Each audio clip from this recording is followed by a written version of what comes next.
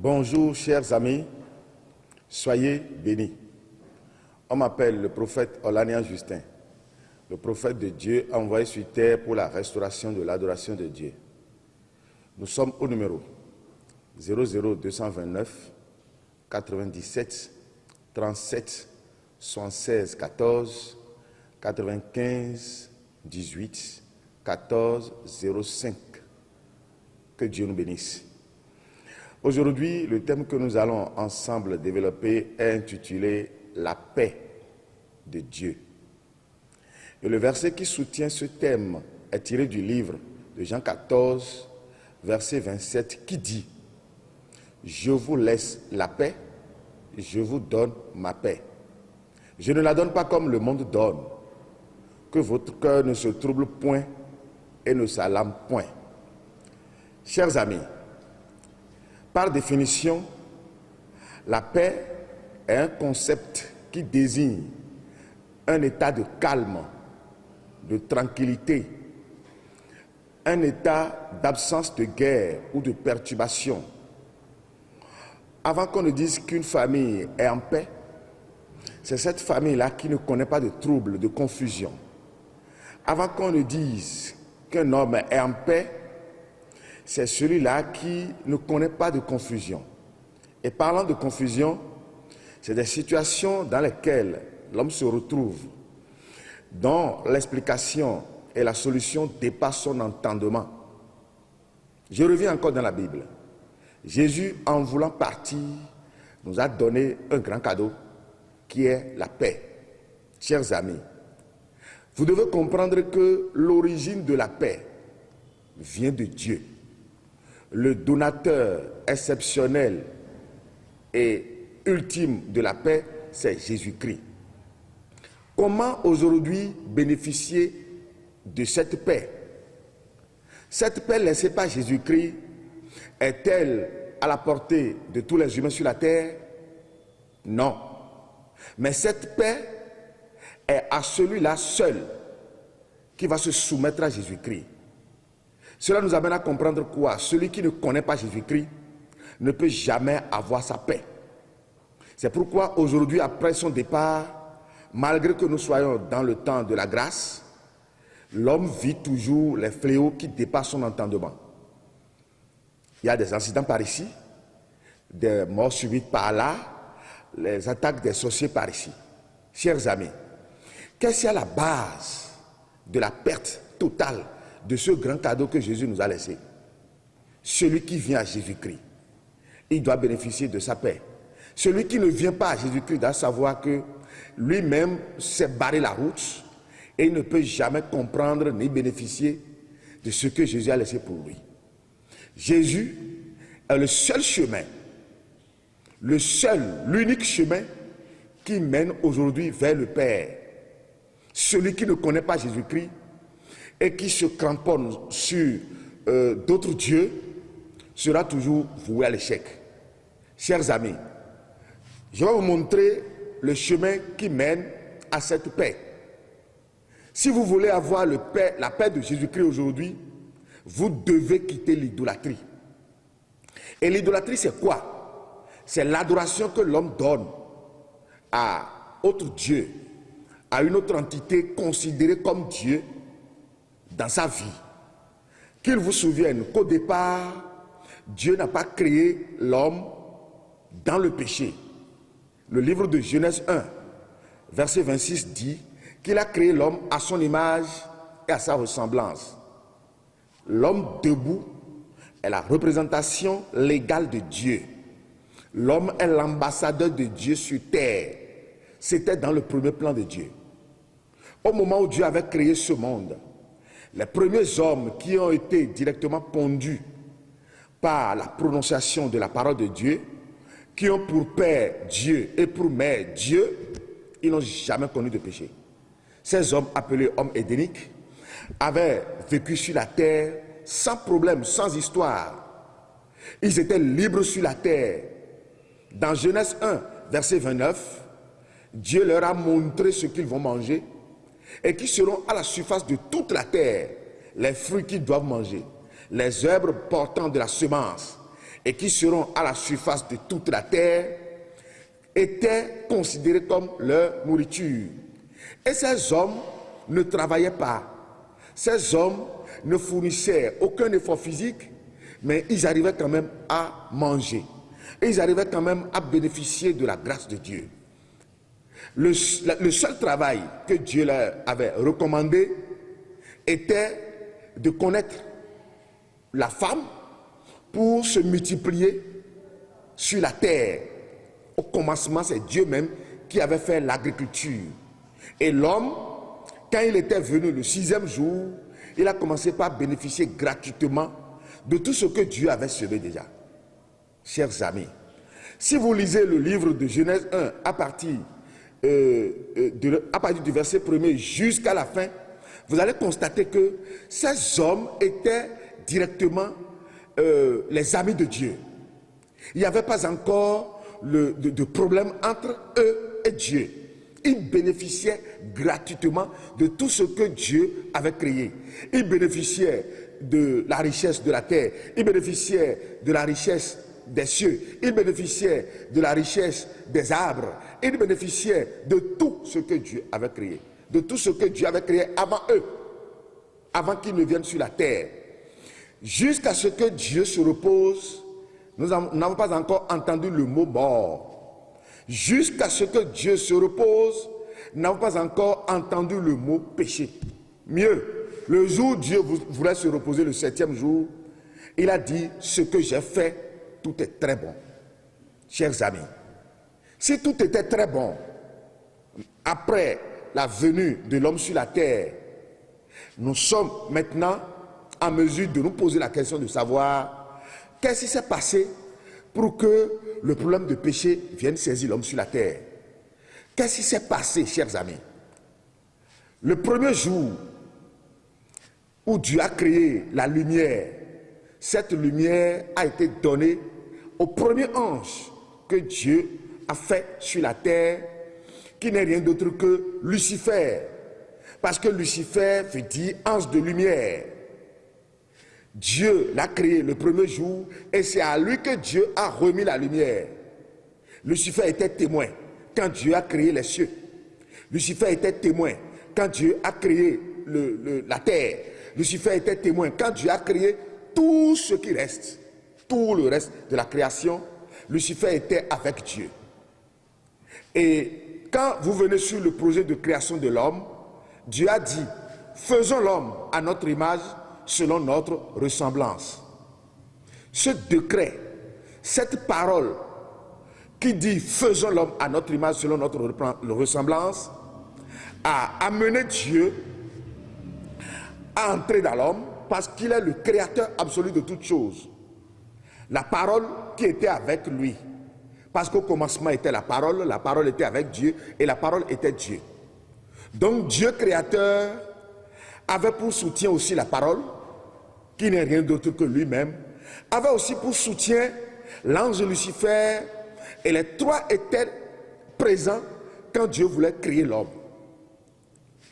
Dans l'homme, désormais, doivent se retrouver et Dieu, créateur, et la parole créatrice, et l'ange Lucifer, qui doit, à son rôle, apporter cette lumière qui lui a été remise vers toute la création pour que l'adoration revienne à Dieu de droit.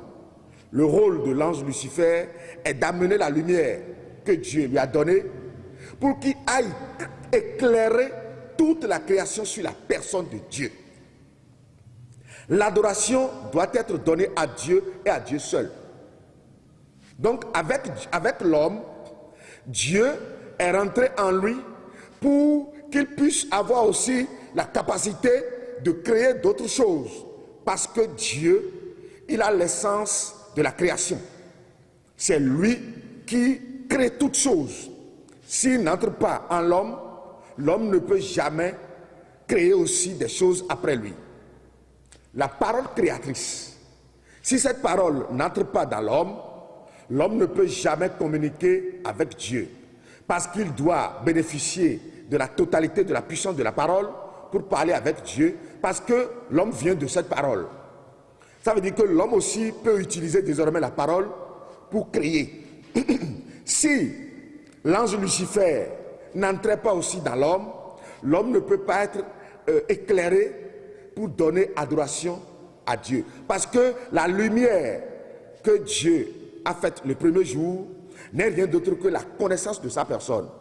Ce n'est ni le soleil, ni la lune, ni les étoiles. Parce que ces luminaires ont été créés le 4e jour, selon le livre de Genèse 1, verset 14. La lumière que Dieu a faite le premier jour, c'est sa connaissance, la connaissance de sa personne. Et cette connaissance a été remise à Lucifer pour que toute la création revienne pour adorer Dieu. Voilà comment l'homme a été installé. Il a été créé à l'image et à la ressemblance de Dieu. Partant de là, l'homme doit connaître Dieu. L'homme doit savoir comment créer. L'homme doit aussi avoir la parole dans sa bouche. C'est pourquoi après cette créature créée à l'image et à la ressemblance de l'homme, Dieu a dit tout est très bon. Parce que l'homme est exceptionnel en son genre. L'homme n'a pas été créé comme les autres créatures. L'homme n'a pas été créé comme les animaux, il n'a pas été créé comme les arbres, il n'a pas été créé comme tout ce qui a été fait avant lui. C'est pourquoi Dieu lui a dit que tout le pouvoir lui a été donné pour qu'il domine sur les poissons qui sont dans la mer, pour qu'il domine sur les oiseaux qui volent dans les cieux, pour qu'il domine sur tous les animaux qui se meuvent sur la terre. Autrement dit, l'homme debout sur la terre est la représentation légale de Dieu. De ce pas, il a été déjà, l'autorisation lui a été déjà donnée pour qu'il puisse commencer par se multiplier sur la terre, parce que l'homme était déjà là, la femme aussi était déjà là. Je vais vous faire marquer un point très capital. À cette étape-là, les noms d'Adam et Ève ne sont pas encore venus.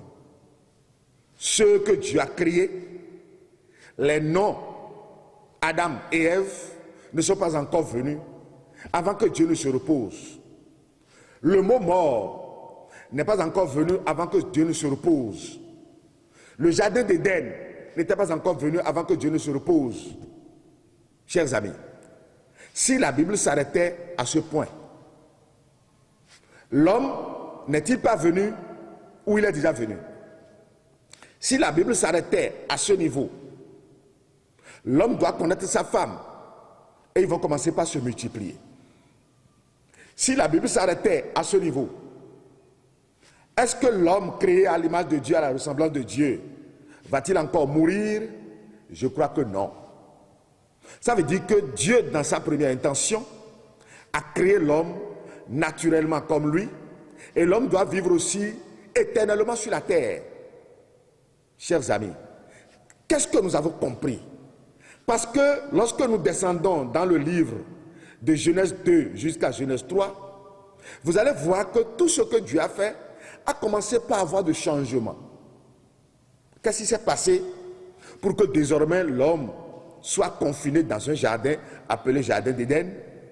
Qu'est-ce qui s'est passé pour que désormais l'homme soit appelé Adam et la femme désormais soit appelée Ève? Qu'est-ce qui s'est passé pour que la vapeur qui sortait de la terre et qui arrosait les plantes au temps des hommes édéniques soit désormais changée pour qu'un fleuve sorte d'Éden et va se diviser en 4 bras pour venir arroser le jardin?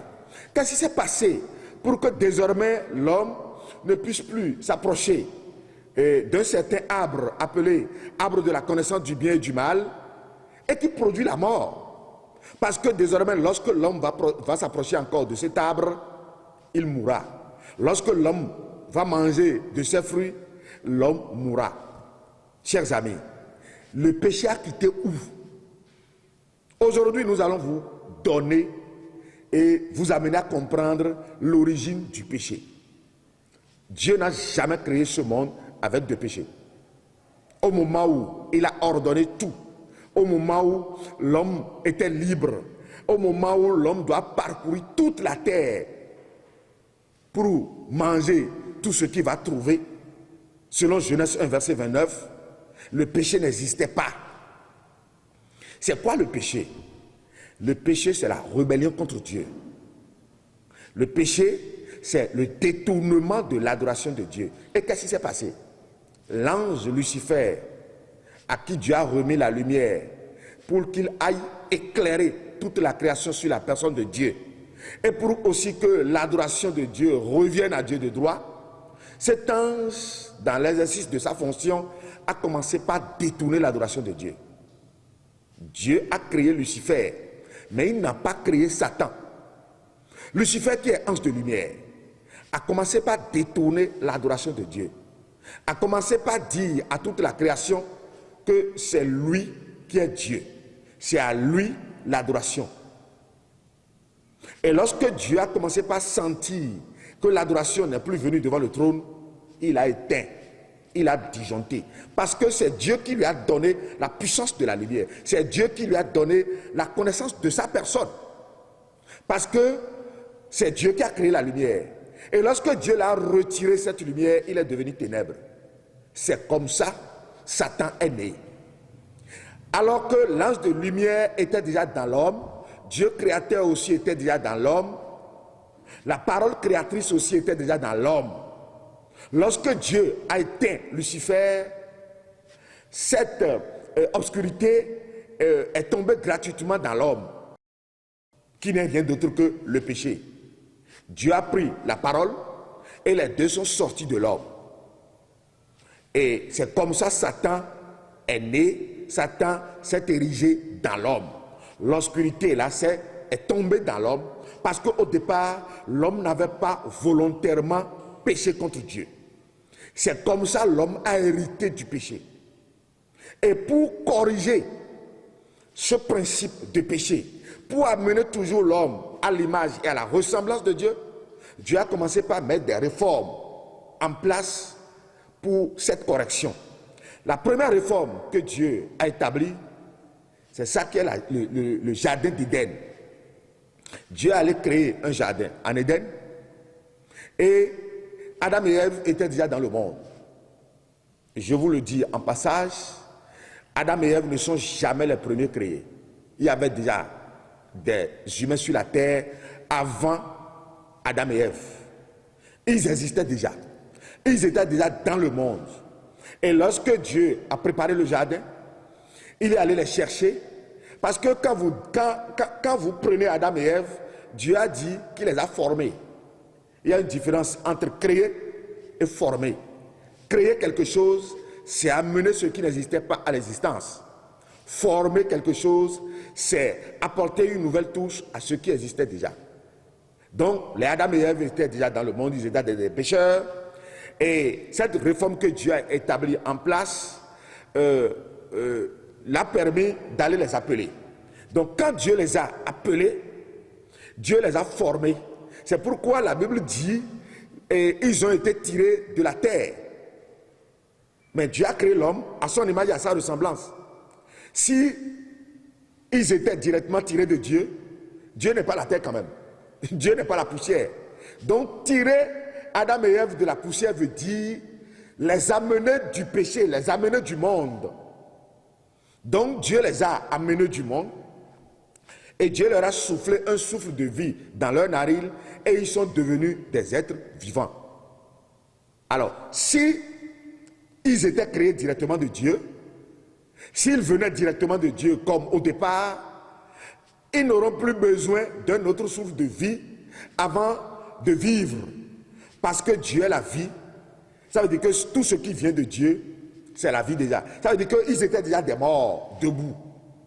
Au moment où Jésus même est venu sur cette terre, il a dit, laissez les morts enterrer leurs morts. Ça veut dire que être dans le monde prend le symbole de quelqu'un qui est mort déjà, de quelqu'un qui... Parce que quand vous ne connaissez pas Dieu, vous êtes un cadavre ambulant. Même si vous avez le souffle de vie, vous êtes un mort debout. Donc, ils étaient déjà dans le monde. Ne connaissant pas Dieu, ils étaient des morts debout. Et lorsque Dieu les a amenés, le souffle de vie que Dieu a soufflé dans leur narine prend le symbole des enseignements de vérité que Dieu leur a donnés et ils ont connu Dieu. Et comme ça, Dieu les a amenés dans le jardin. Et qu'est-ce que Dieu leur a dit? Il leur a montré un arbre, parce qu'ils connaissaient déjà l'arbre. L'arbre de la connaissance du bien et du mal n'est rien d'autre que Satan lui-même debout. Et qu'est-ce que Dieu leur a dit?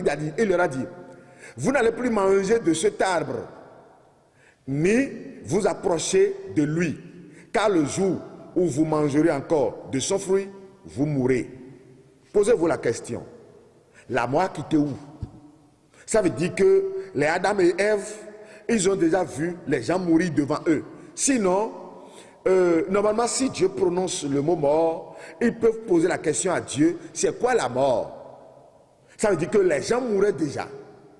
Les gens mouraient déjà devant eux. Eux, ils connaissaient ce que l'on appelle la mort. L'arbre qu'on leur a interdit, ils connaissaient aussi cet arbre-là. Sinon, ils allaient aussi demander, c'est quoi cet arbre, Dieu?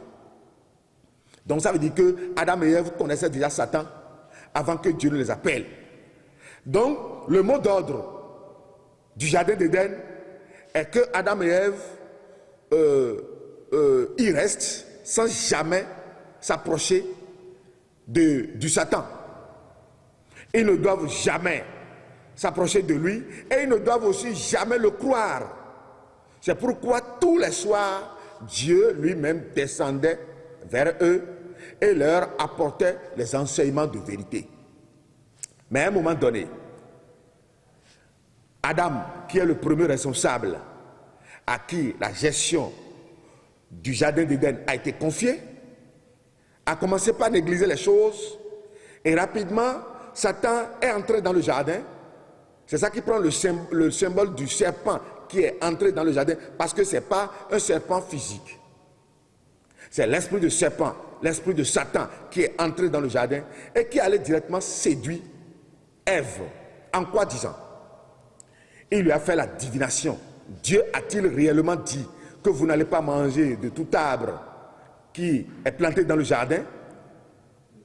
Et je vais vous amener à comprendre ce qui a poussé Ève à parler sans chercher même à contacter son mari.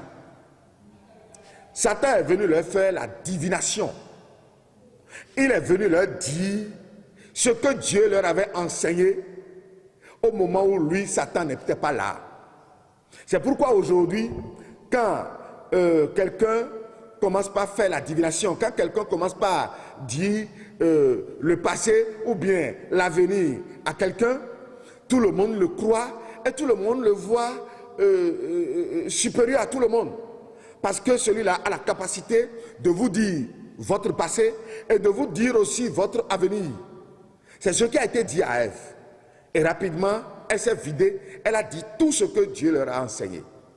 Et qu'est-ce que Satan a dit? Satan a contredit l'enseignement qui leur a été donné, l'enseignement de vérité qui leur donnait la vie.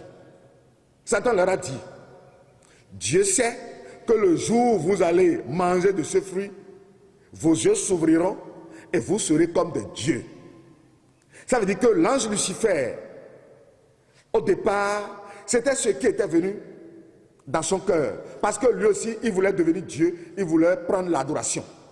Donc, il leur a servi aussi le même plat. Et qu'est-ce qu'Ève a dit? Ève a cru en lui. Le fruit défendu, c'est l'enseignement que le diable donne à l'homme.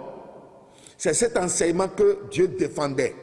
Donc, manger le fruit veut dire croire à ces enseignements-là. Donc, Ève a cru en ce que Satan lui a dit et est allée directement transmettre ce message à son mari qui a aussi cru. Et la Bible dit, les yeux de l'un et de l'autre s'ouvrirent et ils ont connu désormais qu'ils sont nus. Être nu veut dire quoi? Être nu veut dire être pécheur. Ils étaient pécheurs. C'est pourquoi, lorsque, après le déluge, Noé s'est laissé totalement nu dans la chambre, il s'est retrouvé, après son réveil, dans un paille, et il a dit, qui est celui qui est venu me couvrir la nudité? Et ils lui ont dit que c'est son enfant, le premier qui est venu avec le dernier, lui couvrir sa nudité. Ça veut dire quoi? Ils étaient dans un état de péché, un état de nudité totale. Donc, lorsqu'ils ont mangé, Adam et Ève ont mangé le fruit défendu, ils ont compris désormais qu'ils étaient nus, qu'ils étaient pécheurs. Mais ils étaient pécheurs, mais ils n'en avaient pas honte. Ça veut dire quoi? Au moment où ils étaient venus, étant pécheurs, au moment où ils étaient venus dans le jardin d'Éden, Dieu leur avait enlevé l'opprobre. Dieu leur avait enlevé leur péché et ils étaient justifiés. Ils étaient totalement repris. Dieu leur a enlevé le péché et ils étaient justifiés dans le jardin. Mais quand ils sont allés encore vers Satan, le péché est revenu et ils ont reconnu désormais qu'ils sont nus. Je veux signaler quelque chose à tous ceux qui nous entendent et tous ceux qui nous écoutent. Le fruit défendu n'est jamais le cesse. Dieu a déjà validé le cesse. Il a déjà dit à l'homme de connaître sa femme et de commencer par se multiplier. C'est Dieu qui a donné cet ordre. Le cesse n'est jamais égal au fruit défendu. Le fruit défendu, c'est l'idolâtrie. Dieu leur a défendu de ne plus aller vers l'arbre de la connaissance du bien et du mal. Donc, c'est comme ça Adam et Ève ont chuté. Ils sont allés dans l'idolâtrie, ils ont commis les impairs. Ce que Dieu a interdit, ils l'ont commis. Lorsque Dieu est descendu, qu'est-ce qu'il a fait? Il les a chassés. Et la Bible dit, l'Éternel les chassa pour qu'ils aillent cultiver la terre d'où ils ont été pris. S'ils ont été pris de Dieu, s'ils sont venus directement de Dieu, et que Dieu les renvoie d'où ils ont été pris, ça veut dire qu'ils sont encore allés en Dieu. Et celui qui quitte cette terre et qui est allé encore en Dieu, mais lui là, il est allé dans la vie éternelle parce que Dieu est éternel. Ça veut dire que Adam et Ève n'ont pas été pris de Dieu, n'ont pas été retirés de Dieu. Ils ont été retirés du monde. C'est pourquoi Dieu les a renvoyés pour qu'ils aillent cultiver la terre d'où ils ont été pris. Deuxième aspect. La Bible dit que le serpent va manger la poussière. Et Adam et Ève, ils sont devenus poussière. Ils ont été retirés de la poussière et ils deviendront encore poussière. Chers amis, Dieu est-il aussi la poussière? Dieu n'est pas la poussière. Le serpent qui va manger la poussière, si Dieu était poussière aussi, ça veut dire que le serpent va le manger. Le diable va le dominer. Il y a autant de choses que nous allons vous apporter pour que vous puissiez comprendre véritablement ce que Dieu dit. Donc la première réforme que Dieu a établie après le péché a échoué. Et c'est à partir d'Adam et Ève maintenant que le péché sera imputé à l'homme. Le péché sera imputé à la charge de l'homme. Ça veut dire que la première réforme a échoué, chers amis. Qu'est-ce qu'il faut faire? Dieu va-t-il laisser toujours l'homme dans cet état de péché? Parce que l'homme doit toujours ressembler à Dieu et l'homme doit rester collé à Dieu. De la manière que Dieu a déposé le poisson dans la mer et que sans la mer, le poisson va perdre la vie. De la même manière que Dieu a enfoncé les racines des arbres dans la terre et qu'en les arrachant du sol, les arbres vont mourir. De la même manière, le milieu de vie de l'homme, c'est en Dieu. Lorsque l'homme sera retiré de Dieu, l'homme va toujours mourir. Et le seul péché qui retire l'homme de Dieu, c'est l'idolâtrie. Donc, la deuxième réforme que Dieu est allé trouver, c'est l'arche de Noé. Dieu est allé trouver Noé et il lui a dit de lui construire une arche et que si désormais les hommes arrivaient à y entrer, que tous ceux-là auront la vie. Parce qu'à un moment donné, dans le livre de Genèse 6, Dieu est venu à bout. Il a vu l'homme sur la terre, il dit, l'homme n'est que chair et sa durée de vie sera de 120 ans. Amen. Et Dieu a retiré son esprit de l'homme. Et cet esprit retiré de l'homme fera de l'homme quoi? Parce que si l'homme n'a plus l'esprit de Dieu, il ne peut plus appartenir à Dieu. Et c'est toujours dans le souci de retourner cet esprit en l'homme que Dieu a été obligé d'aller trouver Noé pour qu'il construise l'arche de salut. Parce que le jardin d'Éden a échoué. Noé a construit l'arche. Mais tout le peuple a refusé de rester avec Noé dans l'arche. Dieu a tout fait. Dieu allait même jusqu'à menacer. Il a dit, je vais envoyer la pluie. Parce qu'en ce temps, il ne pleuvait pas. C'était les torrents qui arrosaient seulement la terre. Dieu a menacé, il dit, mais ce que vous n'avez jamais vu, je vais envoyer vous détruire. Les gens ont commencé par se moquer de Noé. Ils ont dit, mais quand est-ce que l'eau va quitter le ciel et descendre sur la terre? Ils sont même venus travailler avec Noé pour prendre de l'argent dans la construction de l'arche. À un moment donné, Dieu a demandé à Noé de rentrer dans l'arche, lui et sa famille, parce que lui, il a accepté Dieu. Et Noé est entré dans l'arche, sa femme, ses 3 fils et les 3 femmes de ses 3 fils. Le jour J, le 17e jour du second mois, qui est le mois de Ziv, selon 1 Roi 6, verset 1 à 2, la pluie, les eaux de déluge ont commencé par frapper la terre. Et c'est lorsque ce malheur est venu que le peuple est venu sur la porte de l'arche, alors que Dieu l'a déjà fermée. Et vous connaissez l'histoire. La pluie est tombée sur la terre pendant 40 jours, 40 nuits, et a détruit toute vie humaine. Les animaux ont été détruits. Les hommes ont été détruits. Les arbres ont été détruits. Toute la création avait péri dans le temps. La seule famille qui est restée, c'est la famille de Noé, composée de 8 personnes. Dans le souci de Dieu, lorsque cette famille va reprendre la vie sur la terre, les descendants qui quitteront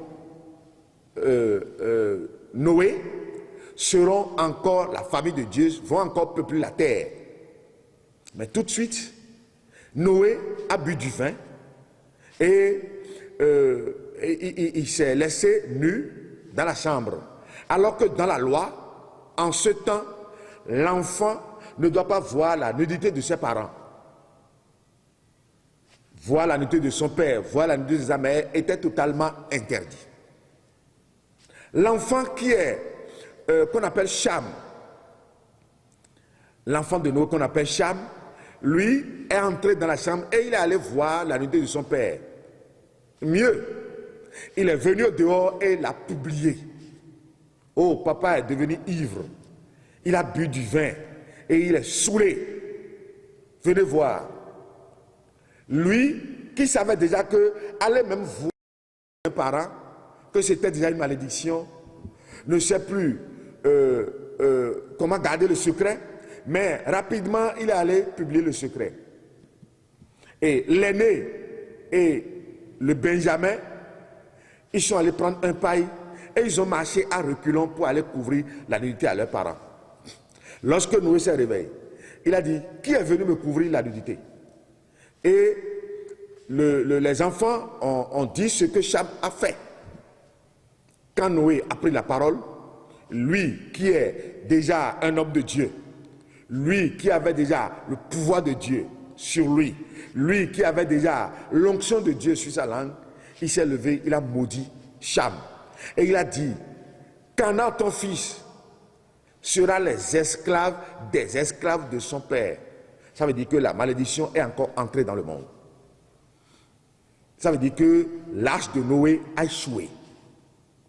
C'est dans la lignée de Cham que Nimrod est venu. Et Nimrod, vous le savez bien, c'est lui qui a construit la tour de Babel. Donc, l'arche de Noé aussi a échoué parce que le péché est venu encore. La condamnation est venue encore sur l'homme.